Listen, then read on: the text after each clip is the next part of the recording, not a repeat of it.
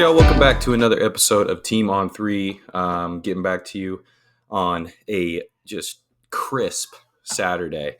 Um, so as you can see in the thumbnail, we're doing full trade deadline reactions, kind of what everything happened, major moves that were made, some non-major moves that were made, and then Blazers end up not doing anything. They don't do anything in the trade deadline. So I didn't know what to make of that, and we'll kind of dive into that a little bit further. But at first, I want to just talk about kind of what this means, and kind of my thoughts and reactions on what probably is the greatest deadline we've ever seen with the most action and most star-studded players. I want to say, to start off, I think I saw a stat where it was like we had I don't want to mess it up.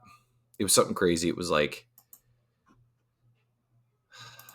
how many players? Number of players. Number of players traded at the deadline. Yeah, so record set, 63 players and 8 All-Stars got traded at this deadline, which is crazy. Just crazy. And we got some of that stuff at the very last second, like even down to, minutes left. With the trade deadline coming on February 1st. So it was a crazy, crazy time. Or February 5th. February 5th? I think so.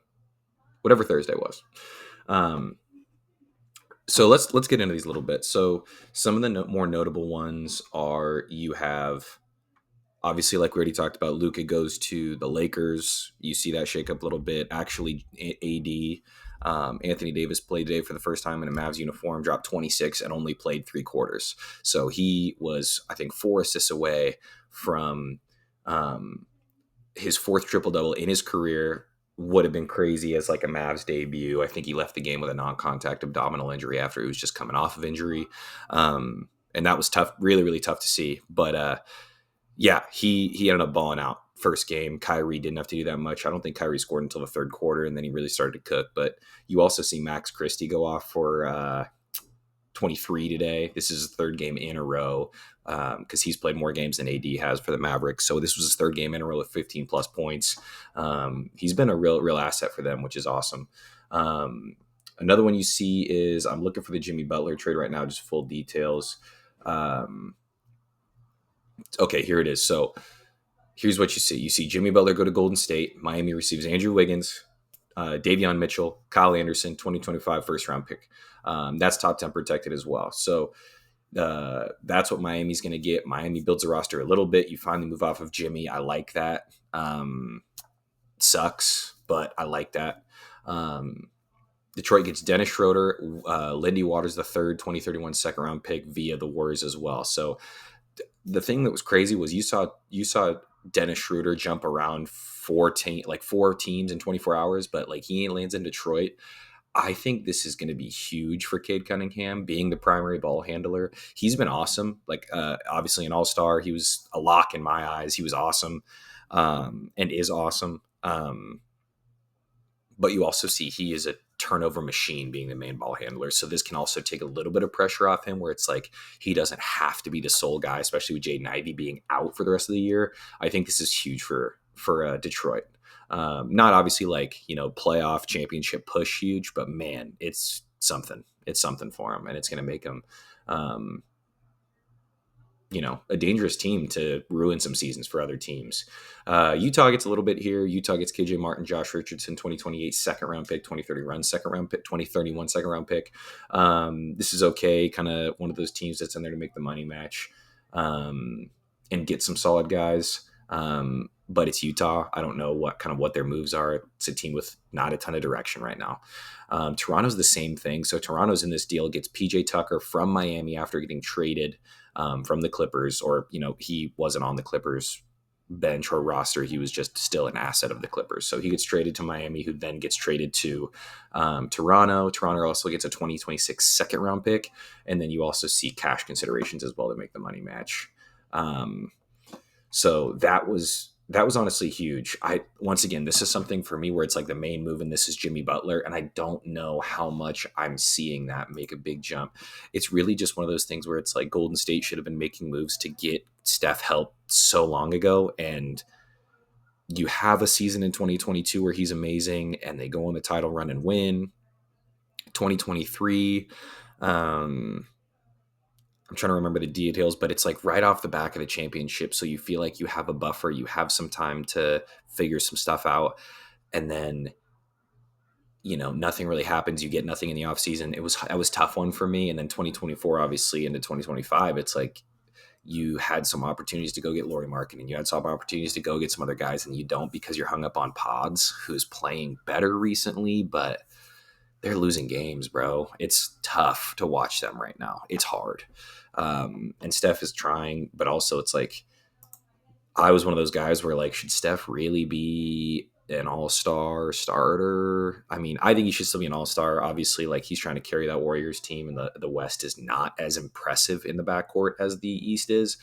That's where you see snubs like Trae Young, you see snubs like LaMelo, and everybody. Some like people are always going to get snubbed. It sucks, but like I don't get the. There was a huge push on winning. You see the Cavs get four guys. You see the Cavs get three all stars, and it's because they're first. Like Donovan Mitchell's actually having like a not as great statistically of a season as we've seen in the past, but his impact on winning is so high that it's like we're giving him that nod, and so many coaches were giving him that nod. But because LaMelo's losing and not having a ton of impact on winning, because Trae's losing, even though he's leading the league in assists, it's like we're not giving him that nod because they're not winning, and Steph's team isn't winning.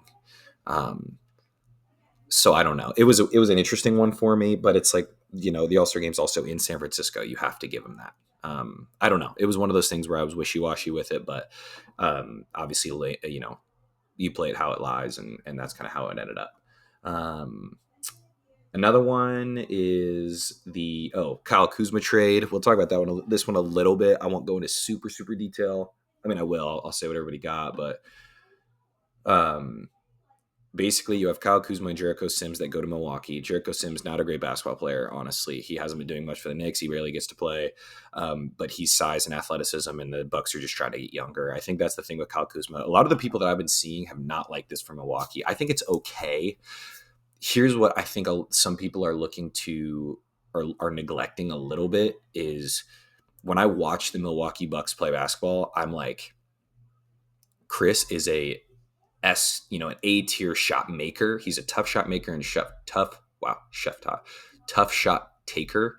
But when that's your diet, it's difficult. And also, once again, one of the older guys on the team, and you have a guy who's coming off of, I think, a shoulder surgery 2 years ago.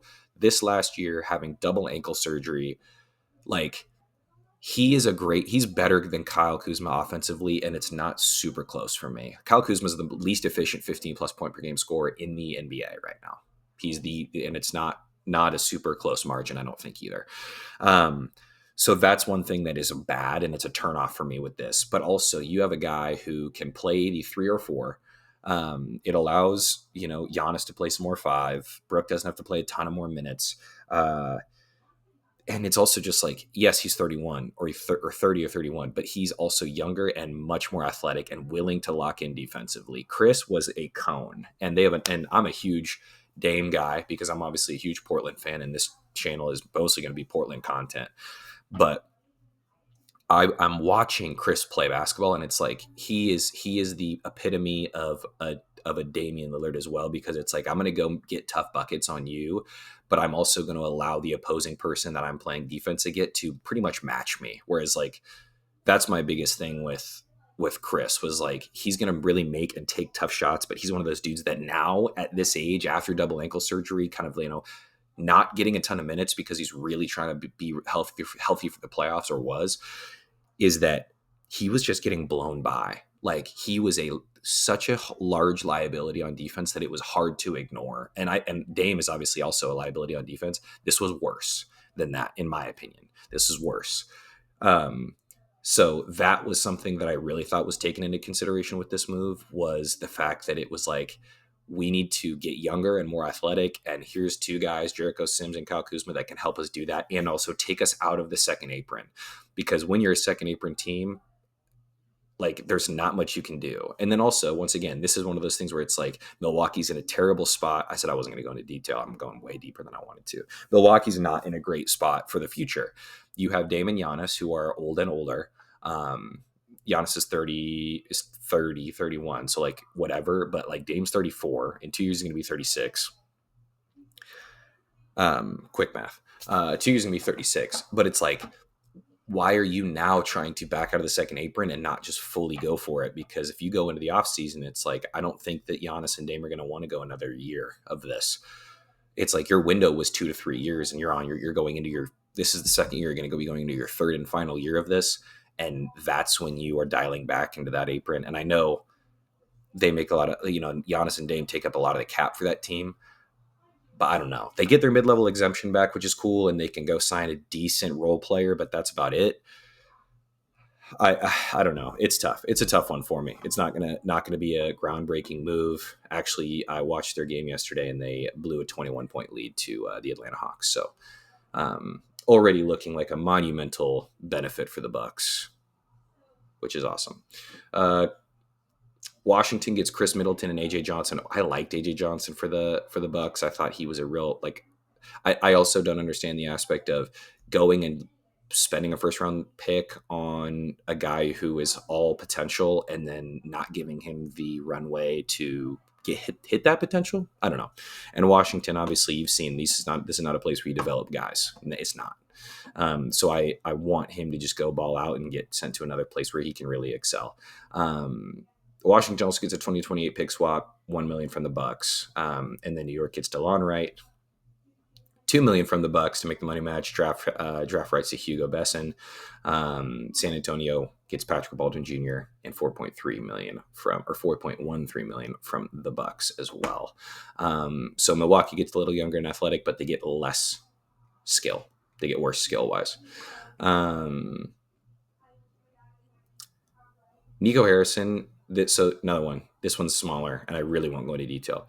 Dallas gets Caleb Martin in a 2030 second round pick. Philadelphia gets Quentin Grimes, 2025 second round pick. Sixers pick traded back. So Sixers get their pick back in 2025, and they get Quentin Grimes, who is very like a similar basketball player to Caleb Martin, but Quentin Grimes is better offensively. And I just mean like an athletic guy.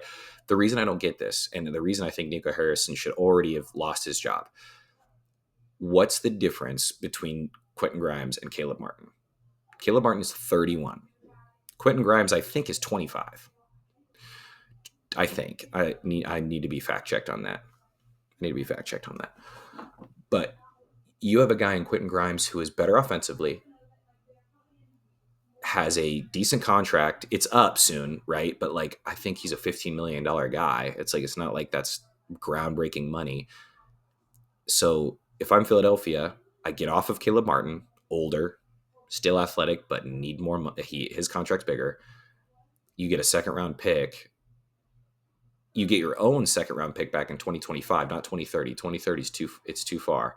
And you get a younger, more offensively oriented athletic guy who can make some difference for you. And if I'm Philadelphia, I don't know. I'm not worried about right now. The season's already done. It's done. I still don't believe, even if they get to the play-in and they are healthy, I don't care, honestly. So that was weird for me for Dallas. You move backwards a little bit, and I don't know. It was a super, super interesting thing for me. Another one you see here is, Valanciunas goes to Sacramento from Washington. Washington's City Kosoko. I think it's how you say it. City Kosoko. 2028 second round pick, 2029 second round pick. So 2 seconds and a decent player, or a decent young guy, and then you get Jonas Valanciunas on the Kings. So you have the two Lithuanian towers in Domas and Valanciunas, which is great. Blazers beat them last night, or a couple nights ago, though, so it doesn't really matter. And then, the last one. Okay, so I'm going to make fun of Nurkic here in a second, too, because that's just ridiculous. But another one, you have the Lakers, who get Mark Williams, a younger guy, and a lot of people have been talking about this lately, but a younger guy, and then Charlotte gets Dalton Connect, which Charlotte was targeting Dalton Connect, and they chose to go a little bit of a different direction. But you get Cam Reddish, who's I mean, this is almost. People are saying this is a fleece for Charlotte. They fleeced, or people are saying that the Lakers fleeced Charlotte. I disagree, because here's what Charlotte gets. Charlotte gets a 2030 pick swap, a 2031 first round pick. With the pick swap and the first round pick, we don't know. I believe it's unprotected, so we don't know how the thought for Charlotte here. I think the thought for Charlotte here is those. So for the I'm sorry. So for the Lakers, we're gonna send these picks, and we have Luka now. We didn't have Luka before. That's why the picks were so much more valuable, is because like after LeBron and AD, what do you do? Now you have Luka, so it's like those picks are a little bit less valuable because it's like Luka is going to make us very good no matter what, really. So it's like those picks are before you get Luka, those picks are almost guaranteed to be higher because we will be very much worse, is my thought process. So now that you have Luka and you're the Lakers, you send those picks to Charlotte because they're less valuable, since you'll be okay. You're looking at those being at bottom, closer to the bottom part of the first round. Here's what I also think. Luka has shown incredible floor raising offensively for other players. He makes other players way better. But also, he misses games in the regular season. He does. It's a fact. He misses regular season games. So you have no idea what 2030 and 2031 are going to look like for the Lakers. Luka will still be on your team, and you'll pay him the super max of infinity dollars. But that's just a gamble you're willing to take if you're Charlotte, if you get Dalton Connect and Cam Reddish. Cam Reddish is kind of a wash here. He's a decent defensive player, and he still is young enough to be looked at as an asset. Dalton Connect, I just look at as more of an asset. He's a 4-year college guy, 24, looks great, and is a talented offensive guy. He's going to help Charlotte, but to get a guy, so to get a guy that you were already looking at in the first round didn't take is good, and you still get younger. Mark Williams, on the other hand, if you look at this from the Lakers' perspective, is we get a 23-year-old 7-footer who's got insane athleticism, needs to work on his effort defensively, and I didn't watch him a ton in Charlotte because who watches Charlotte basketball, but I know who Mark Williams is. I know who that is. But like, if I'm the Lakers, it's like I get an athletic 7-footer. Jackson Hayes doesn't have to be my starting center anymore. So I get an athletic 7-footer who can go and block shots, play great defense, is a lob threat for Luka, which is awesome. But he also has had back injuries. Okay. And he's played, I think, 80 some odd games in 3 years. I think he's played just over a full season. I want to say it's like 84, 85 games in 3 seasons. So it's like, when you look at that track record, it's like you're really hoping, if you're the Lakers, that this guy stays healthy and you're really great. But if he doesn't, and there's a possibility he doesn't, you're like, okay, we're going to have to take that gamble. We are. We're going to have to take that gamble. So they did, which I think that if you're going to take that risk, you do it. I don't look at this as a huge loss for Charlotte, honestly. I think it's fine. I think the Lakers got exactly what they needed, but also every trade has a cost, and they are going to be that. The problem is that cost doesn't come right now for them. So we're going to see how that goes, and we're going to see who ends up, being the beneficiary, but that's not going to show right now. Last thing I'll talk about. Oh, sorry, one thing, and I'll talk about another. So you get, here we go. Yeah, this is the last one I'm going to talk about before I make fun of Nurkic a little bit. You get DeAndre Hunter in Cleveland. Let me see what time I'm at here, 18. So you get DeAndre Hunter in Cleveland, which is great. I think that's a great move for them. Also, I also don't necessarily know if this is who DeAndre Hunter is, really. Like, I'm not sure. He's having kind of a breakout year. He's always been consistent, but he's looking awesome this year. Atlanta, you give up Karis LeVert, George Niang. I think the thought process here is, if I'm Cleveland and I need to compete with a Boston, or I need to compete with a New York, and I'm competing with a Milwaukee, maybe even a Indiana, like, just in terms of who I'm going to play, it's like Karis LeVert, because Cleveland has a good amount of assets. So like 2026 first round pick swap, 2028 first round pick swap, 3 second round picks. That's a lot of capital, or that's a lot of assets. But it's also like, we're really good right now, and we have really good chemistry right now. We have 3 all-stars. Evan Mobley looks amazing, but you get another athletic wing that can score and play defense in DeAndre Hunter. The hard part is you're giving up your six man and Karis LeVert, but if I'm them, it's like a lot of teams in the NBA and in college, when you get to a point in the playoffs, it's like how deep is my rotation going to be? I can't go and play George Niang a ton of minutes against Boston or New York or Milwaukee or um I'm forgetting one. I'm forgetting one. Boston, New York, Cleveland. I think Indiana, Milwaukee. I think that's it. I think. Anyways, George Niang can't play those. He can't play very many minutes. He's a liability on defense. He's a decent shooter, but what does he do? He fouls people and he is a dad bod on the basketball court. It's like he's not going to be able to play as many minutes as you want him to. So you go get an athletic wing that can play defense and play more minutes. You give up Karis LeVert and a lot of caliber, but George Niang is where it's really like, how many dudes are we going to play when we play a 7-game series against a really good team to go win a title? That's my thought process there.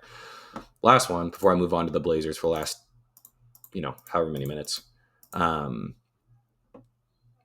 I really think it's like the Phoenix has to use a first round pick to get off of Yusuf Nurkic to get Cody Martin, Vasily Micic, and a second. Like, I feel I'm hurting for Phoenix right now. Certain. Phoenix is in a terrible spot. I thought Milwaukee was in a really bad spot. Phoenix is in a bad spot, and it's not getting any better as time moves forward. You almost lose KD at the deadline. I think he leaves this offseason. You have to move him. Okay, last thing for the last little bit. Blazers make no moves here. And obviously Blazers are the talk of the trade deadline. Blazers have been the talk of the deadline for a long time because it's like you have Robert Williams, you have DeAndre Ayton, you have Jeremy Grant, and you have Anthony Simons, who are all huge trade assets and, have been talked about forever before, like a lot of people talk about Anthony to Orlando, which makes a ton of sense. A lot of people talked about Ayton to Charlotte maybe before this stuff goes down. People talked about Rob Williams to the Lakers. People talked about Jeremy Grant to the Lakers. People talked about Jeremy going to Denver, Jeremy going to Milwaukee. However that would have worked. However it would have worked with Denver either. But it's like that's what we were talking about. And Joe Cronin and the Blazers do nothing. They don't do anything. So that was really interesting for me to see it. But also, if you really look at it, the Blazers have won 9 of their last 10 games. I think actually now, because they play in 20 minutes, they play the Timberwolves. So they've won 10 of their last 11 games. They've won 6 straight. It is 10 of their last 11. They've won 10 of their last 11 games. They've won 6 straight. What is the incentive when everybody knows that you are a seller, people come in low. So it's like everybody knows that we want to get rid of somebody. Everyone knows we want to get rid of Jeremy Grant or Anthony or Rob Will or one of those guys, right? So it's like, if I know what you're trying to sell, there's no mystery, there's no anything. It's like, I'm not going to come in and give you a great offer. And the only thing as a Blazers fan that I really don't want to do is I don't want to get fleeced. I don't want to get stolen from. So in a situation like this, where you're in year 4 of Chauncey Billups as your coach, you've been developing out of the Dame era for 2 of those 4 years, we'll say. Even less probably. I mean, Dame, like I said, this is Dame's second season in Milwaukee. So when I look at that, it's like when you first start, you have 3 guards in Scoot, Anthony, and Shaedon who are really struggling to mesh together and don't have a ton of defensive capabilities at first. Scoot has shown a ton of defensive capability, and Anthony's been okay, and Shaedon's been okay. Here's what we know now. Ayton has to be involved early, and he will be a dominant. For me, he's a top 10 to 12 big. He is. I know that some of the mental stuff is a struggle, but like when he's bought in, he can match up with almost anybody. Almost. There's 3 guys I can think of that he can't, but that's everybody. But it's one of those things where it's like he is a threat on the basketball court when he is locked in, and I think Scoot helps him lock in. Another thing is we now have Denny Advia, who is a great transition player, hitting a ton of free throws. The team is just meshing. And so when you start the year being like, we're going to be sellers and we're going to see what the market's like and we're going to give away or we're going to sell some players, and then you win 10 of your last 11 and you look really good and you still are out of the play-in, but you're beating teams like the Suns twice. You beat the Timberwolves twice earlier in the year. You beat Orlando, you beat Milwaukee, you beat the Heat twice, you beat the Kings. You win a lot of games and you're playing really well and you're meshing. It's one of those things where it's like, how do we respond now? Because I know that teams are going to come in and lowball us. And so I still think there's stuff that we do in the off season. I'm not upset that we don't move because everything looks so cohesive right now. But at the same time, there's a lot of mouths to feed. And we're still not in a position where it's like, we're the 5th seed, we're the 4th seed. It's like, we're the 12th seed. So we're not breaking any boundaries. We're not breaking records. We are still the Blazers. It just looks promising and there is hope after all, you know?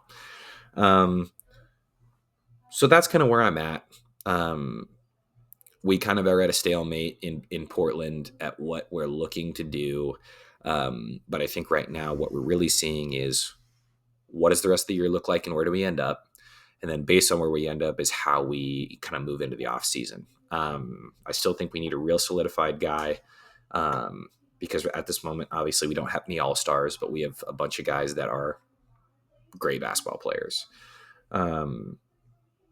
So that's where my mind's at right now. I guess I'm going to really kind of continue to see where we're at as a Blazers guy and understand, like, obviously I want us to keep winning. A lot of people want us to be in the Cooper Flag sweepstakes. I don't. I'm out. I'm done. I don't want to get any younger. We're the second youngest team in the NBA.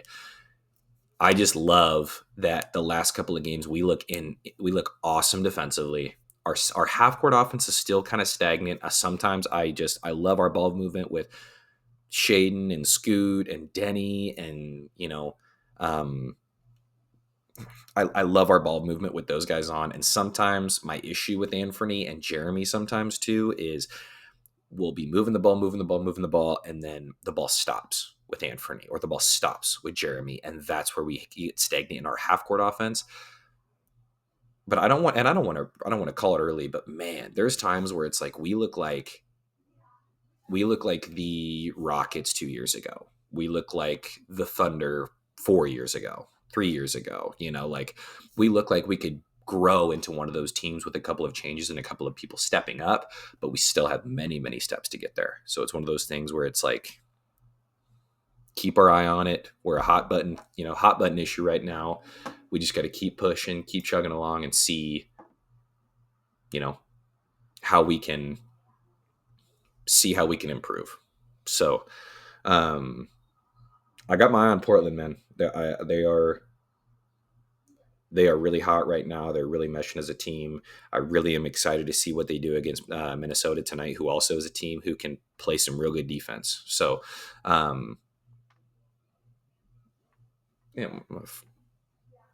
my forehead looks so white compared to my face. I think it's the light. Anyways, that's kind of where my head's at.